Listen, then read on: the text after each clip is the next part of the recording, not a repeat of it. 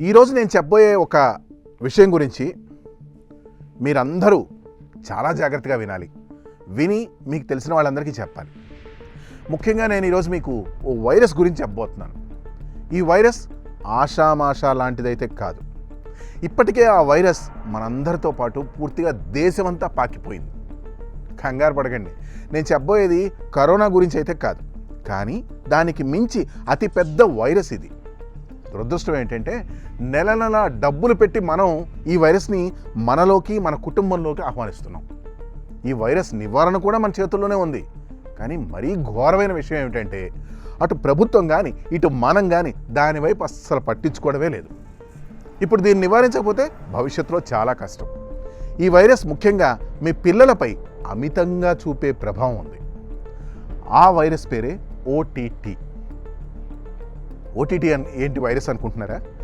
20 సంవత్సరాల క్రితం మనకి టీవీ అంటే వినోదంతో పాటు విజ్ఞానం, అది కూడా పూర్తి ప్రభుత్వ నియంత్రణలో ఉండేది. ఓ 10 సంవత్సరాల తర్వాత నియంత్రణ అనేది కాస్త సడలింపుతో శాటిలైట్ ఛానళ్ళ రాక ప్రారంభమైంది. మరి ఇప్పుడు అసలు నియంత్రణదే లేకుండా ఓటీటీ ప్లాట్ఫామ్లు పూర్తిగా వచ్చేసాయి. సినిమాలు, సీరియల్స్, వెబ్ సిరీస్లు అన్నీ ఒకే చోట.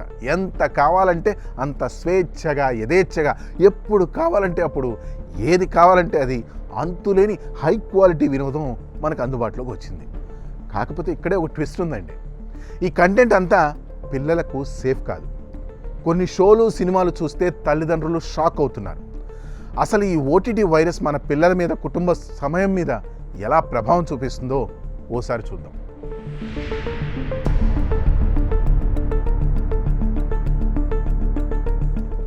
ఓటీటీ అనగానే మనం మాట్లాడుకోవాల్సిన ముఖ్యమైన అంశం అడల్ట్ కంటెంట్తో పాటు అసభ్యత. చాలా వరకు ఓటీటీ షోలు, సినిమాలు పెద్దల కోసం తయారైనవే. హింస, అసభ్య భాష లేదా అనుచితమైన సీన్స్ లాంటివి అన్నమాట. ఇక్కడ ఇంకో షాకింగ్ విషయం ఏంటంటే పిల్లలు ఒక్క క్లిక్తో ఈ కంటెంట్ను పూర్తిగా చూసేయగలరు. 2023లో జరిగిన ఒక స్టడీ ప్రకారం 8 నుంచి 14 సంవత్సరాల వయసు ఉన్న వాళ్ళు 60% మంది పిల్లలు యాదృచ్ఛికంగా అడల్ట్ కంటెంట్ను ఓటీటీ ప్లాట్ఫామ్లో చూశారని ఓ నివేదిక చెప్తోంది. ఇది నిజంగా ఆలోచించాల్సిన విషయమే కదా. ఈ అడల్ట్ కంటెంట్ పిల్లల మనసుల మీద ఎలా పనిచేస్తుందంటే వేరే చెప్పాలా, హింసాత్మక సీన్స్ వాళ్ళని భయపెడతాయి. అసభ్య భాష వాళ్ళ ప్రవర్తనను ప్రభావితం చేస్తుంది. అలాగే అనుచితమైన సీన్స్ వాళ్ళకి తప్పుడు సందేశాలు ఇస్తాయి. వీటితో పాటు ఇంకో ఘోరమైన విషయం ఏంటంటే ఈ ఓటీటీ షోలు కుటుంబ సమయాన్ని కూడా దెబ్బతీస్తున్నాయి. గతంలో అందరూ కలిసి టీవీ చూసే సమయం ఉండేది, కానీ ఇప్పుడు అందరూ తమ ఫోన్లలో వేర్వేరు షోలు చూసేస్తున్నారు. ఆ కలిసి ఉండే ఆనందం, కబుర్లు అన్నీ తగ్గిపోతున్నాయి. ఇప్పుడు అర్థమైందా ఈ ఓటీటీ వైరస్ ఎంత భయంకరంగా ఉందో? మరి ఈ వైరస్ నివారణకు ఎలాంటి చర్యలు తీసుకోవాలో ఇప్పుడు చూద్దాం. దానికన్నా ముందు మీతో ఓ విషయం మాట్లాడాలి. రోజంతా పనిచేసి సాయంత్రం సరదాగా ఓటీటీలో ఓ సినిమా చూస్తాం అని అనుకునే వాళ్ళు చాలామందే ఉంటారు. మనం చూసేటప్పుడు మనతో పాటు మన పిల్లలు, ఫ్యామిలీ వాళ్ళందరూ ఉన్నారు అన్న ఆలోచనలో కూడా ఇప్పుడు చాలామందికి ఉండడం లేదు. ఎందుకంటే వచ్చే కంటెంట్ ఎటువంటి కంటెంటో మనకే తెలియదు. కాబట్టి చాలా జాగ్రత్తగా చూసుకోవాలి. ఇప్పుడు అసలు ఈ ఓటీటీ వైరస్ని మనం ఎలా నియంత్రించగలమనే చిన్నపాటి సూచనలు మీకు ఇస్తాను.